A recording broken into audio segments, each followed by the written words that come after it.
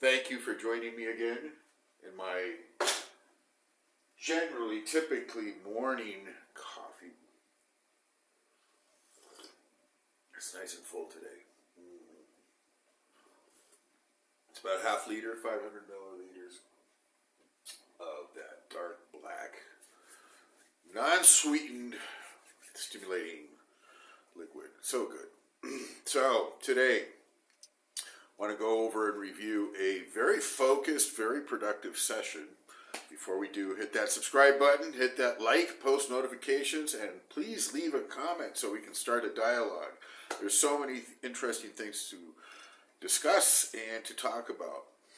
So, it seems like every single workout is different in this line of progression, of getting better, of getting stronger, of increasing muscle, developing certain body parts day after day, year after year, week after week, second by second, minute by minute. So, what was different about yesterday's workout? Not too wide of an exercise selection. It was just 3 movements besides the warm-up. The deadlift, the hip thrust, and the Bulgarian splits. But by golly, they were so focused. It was intense. It was one of those workouts. Had I done, sometimes I do these 6, 7, 8 exercise routines, and it's great also. It just depends on the mood of the day. As long as the general line of progression is increasing, it is progressing. This is what I've been saying. Once you have advanced beyond a certain stage, you've done your basic training per se. You've done your 8 weeks of hypertrophy. You've done your 12 weeks of powerlifting. You've dieted. You've bulked. You've done this for years, and you haven't strayed off your training. You've been on point. There comes a time when you can take advantage of your intuition and change things up again, as long as you are progressing in some parameter that you're trying to keep. So yesterday, progressed on the deadlift. Last session, a couple of weeks ago, because I don't do these every single session or every week, that burns me out. That actually makes me regress in strength. Instead of doing 405, I may just be able to handle 385. It just goes backwards. So I've learned, my body, I have learned that deadlifts are to be done sparingly and not too frequently if I want to increase them. So last session was 405, 4 plates times 5 reps. Did 5 reps. And it was challenging. Like that 5th rep was very challenging. Today, I got 6 reps with a little bit in reserve. I feel stronger. I feel it's easier to pull those 4 plates. It's like, it's always a challenge to get the first one off the ground. This is true. It's always a challenge, and it's a bit intimidating. I'm very cautious about, tearing a biceps, hurting my lower back. You have to be very in the moment. You have to focus. You can't do these things just nonchalantly, because this is serious stuff. I mean, you can really hurt yourself. You don't want to be injured. So I'm very conscious of that. I try to be very careful.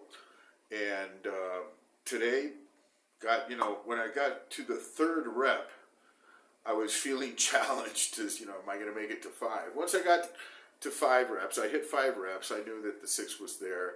And then after the 6th one, I said I could have ground out maybe 1 or 2 more reps. But that's not the idea. The idea is not to go to total failure on these power moves. It's not advisable. You want to keep reps in reserve. You want to have power. You want to have enough that it's always possible for you to do 1 more. So that's the philosophy with that.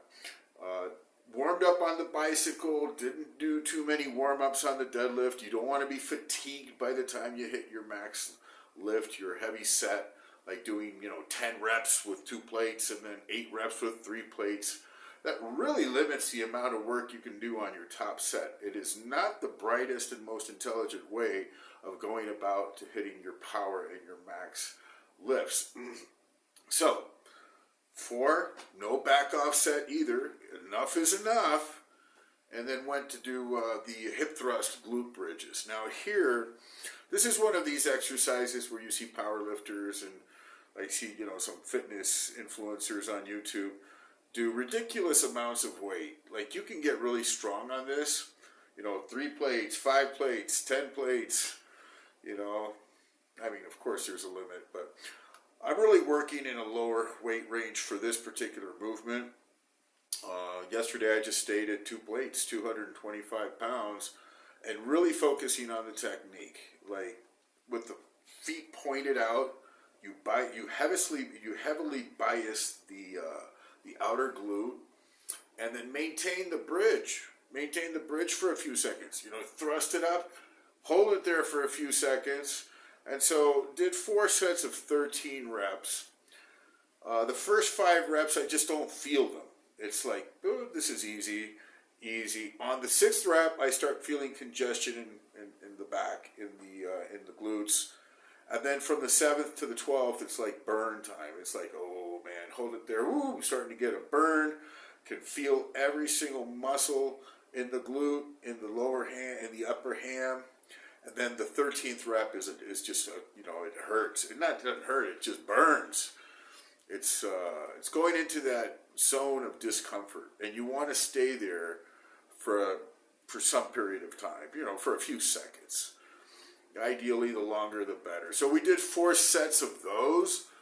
And, coming off the deadlift, it just felt like I did the heavy stuff. Now I do the focused burn. And then so what's left to do? Bulgarian splits on the Smith. Been progressing on these in reps. Started out doing 8 reps, 10 reps. Last session was 12, which was very hard for me to accomplish. Did 6 sets of 12, 3 and 3. I count each one independently because it is a set in and of itself.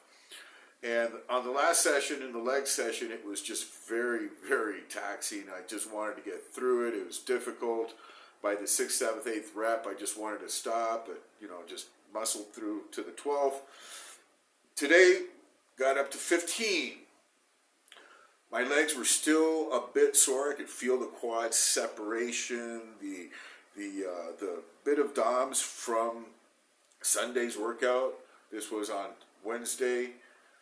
But it was easier to perform the reps. So I got 8 sets of 15 with a little bit more weight. And that was exciting. So we left the session at that. Heavy deadlifts, burner glutes, and then increase the work capacity on the Bulgarian Smith. And that was an hour and 10 minutes, and that was enough. It was great. Leave well enough alone. What else was I going to do? Continue to do junk volume? No. 24 hours later, as I film this, I'm feeling worked.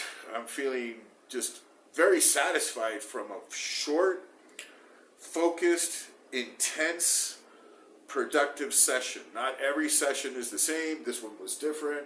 Not too many exercises, but man, oh man, did it work. Great. It just keeps this thing so exciting for me. So like just really looking forward to my next workouts. And I want to transmit this enthusiasm for you guys that are, watching me. And but what's the idea here? Okay, the idea is I'm 58, and I truly believe I'm getting stronger, and I am. And I see myself getting stronger in the future. Like, I don't see me getting weaker as I get older. It's like I'm getting stronger. I'm getting happier. I'm getting more excited about doing this. I'm staying more on point. My diet, man, I get up early in the morning and I cook. I prepare, I weigh all my food. It's like this is the most important aspect of keeping this shit moving forward. Because if you're not eating on point, if you're eating whatever, if you're eating junk food, you're eating out at restaurants, you're not really measuring your food, you're not keeping track of your protein, your macros, there's no guarantees of success here. Like the top guys, the bodybuilders who make it, they're more concerned with their food than they are with their training, their supplements, or their drugs, or whatever. It's the food, man. It's the food. The food is the most anabolic thing you can introduce into your body. How long is it going to take for people to understand that food is powerful? Stop eating for a week and see what happens. That's how powerful it is. Stop, stop training for a week, it's not that big of a deal. Probably get stronger, right? No? Yeah, probably. You get stronger if you just lay off for a week. Lay off food for a week. Don't eat for a week. Man, you'll feel the change after 24 hours. It's that powerful. Your blood sugars, your hormones, your fat levels, your energy, your brain, your body. You start going catabolic, starts eating itself. Food, man. And on the upswing, if you feed it properly, if you feed it scientifically, like on point, you're going to build that body, man. Eating the right amount of protein, eating the right amount of carbohydrates, limiting your dietary fat intake. If that is the way that you're going, if you're going keto, if you're going high fat, high protein, there's also a science to that. But the idea is you can't really be eating a lot of carbohydrates and a lot of fats together. And just for sure not cooking them together, like fried doughs and breads and, deep fried stuff with a lot of carbs and stuff like that. What happens when you do that? Your body generally uses glucose and blood sugar as an energy source. And if you have a lot of lipids along with it, what does it do with the lipids? It stacks them away, it stores them away, it stashes them for a later date. Where do you think it stores the fat? In the muscle? No, it stores them in the fat cells. And so when you're eating a lot of carbohydrates and a lot of fat together, you'll run into problems. This is why bodybuilders, top bodybuilders, a lot of protein or enough protein. Get over the a lot of protein type mentality. It's not that. It's a moderate amount for your body weight. It's enough. A lot of carbohydrates and very, very, very little dietary fat.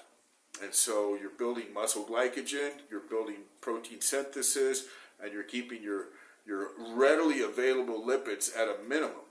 And so whatever cardio you do, you have a tendency to lower your body fat and increase your muscle size. Anyways, those are little tidbits here, tips for the diet. We'll leave the very short training video at the end with the exercises that I did, and that'll be all for today, guys. Don't forget to hit the subscribe button. Love y'all. Can't wait until my next video where we'll be doing something probably extremely different, more exciting than last time, and just killing it.